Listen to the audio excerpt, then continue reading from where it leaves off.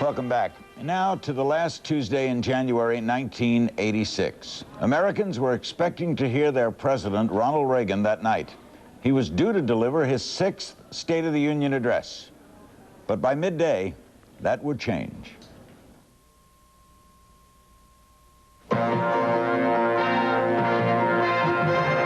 Join Tom and Tier now. Once again, just getting down to about 3 minutes, and they think they can do it. They are counting. The ice is cleared away, and Challenger should be going away very soon. I think I had covered every shuttle mission since the 4th or the 5th.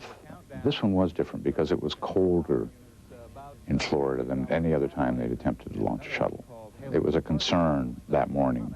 But the highlight on this mission is the including in the flight of Krista McAuliffe, a 37-year-old high school social studies teacher from Concord, New Hampshire.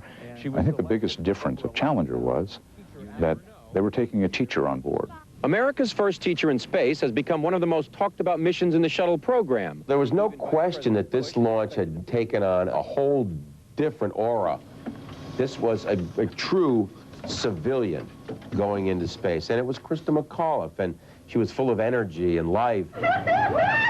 She was perfect. You just couldn't have picked anybody better. Coming up on the 1 minute point in our countdown. Steve Sonnenbluck, my cameraman, and the sound tech were up on a mound, which was kind of a photo mound, and he was shooting the launch off of that. At the time that I looked up, there was nobody even watching. All of the networks were represented, but none of them were doing their jobs. It was sort of like, well, we're here. It had become that commonplace, launches one right after another, that nobody really paid a whole lot of attention. But our job was to photograph it, and we photographed it.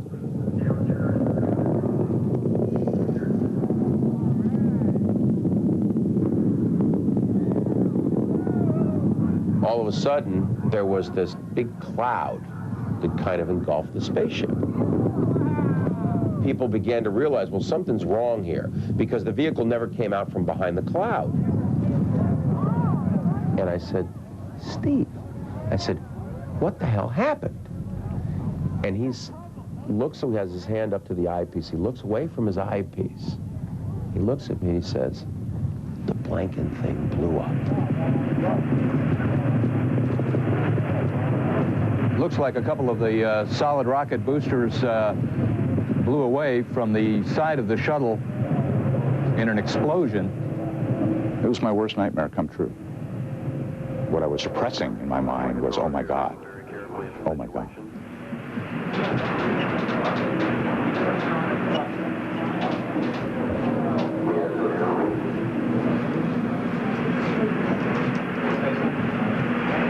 We're awaiting word. They're holding their breath just, I'm sure, as everyone else is. You saw it just a few moments ago, about 45 seconds after liftoff, a huge fireball in the sky. We have a report from the flight dynamics officer that the vehicle has exploded. Flight director confirms that. To see that image as it was happening, Checking with the recovery forces. the shuttle was gone. We watched it, falling into the ocean. Let's take another look now, just seconds into the launch. There was a film crew that we had gotten from WTBS to shoot a promo. They were shooting when the shuttle exploded. And so they then shifted their attention to what was going on in the newsroom.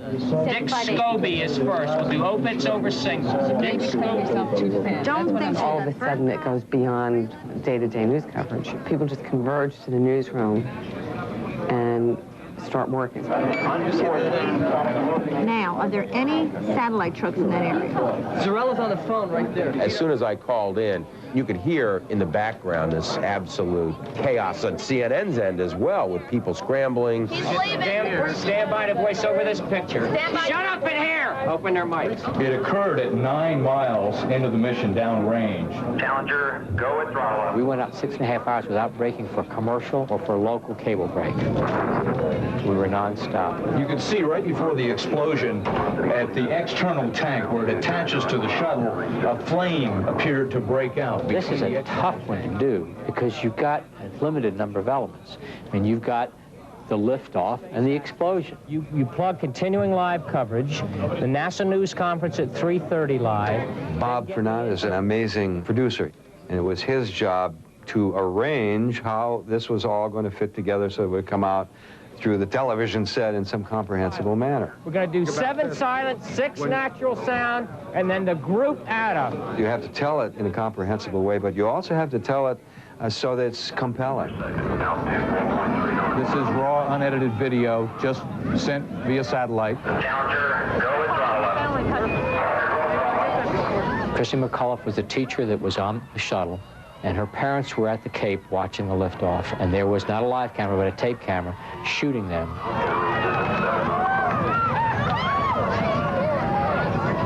There was almost a hesitation on my part.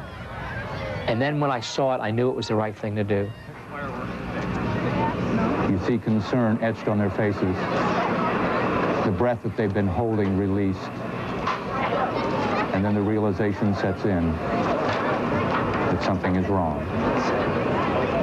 The images of the horror on these people's faces are so strong, and it really shocked me as I watched the images being transmitted to the rest of the world of families reacting to losing their loved ones. It was an important picture. It's unfortunate that we had it, but we had it and we used it. It now appears that there are no survivors from Space Shuttle Challenger, the 25th mission. As a journalist, it was probably the saddest moment of my life, watching this happen before my eyes and having to tell the world. Ladies and gentlemen, I'd planned to speak to you tonight to report on the State of the Union. But the events of earlier today have led me to change those plans. Today is a day for mourning and remembering. Nancy and I are pained to the core by the tragedy of the Shuttle Challenger. We know we share this pain with all of the people of our country. This is truly a national loss. The crew of the Space Shuttle Challenger honored us for the manner in which they lived their lives. We will never forget them, nor the last time we saw them this morning, as they prepared for their journey and waved goodbye and slipped the surly bonds of earth to touch the face of God. Thank you.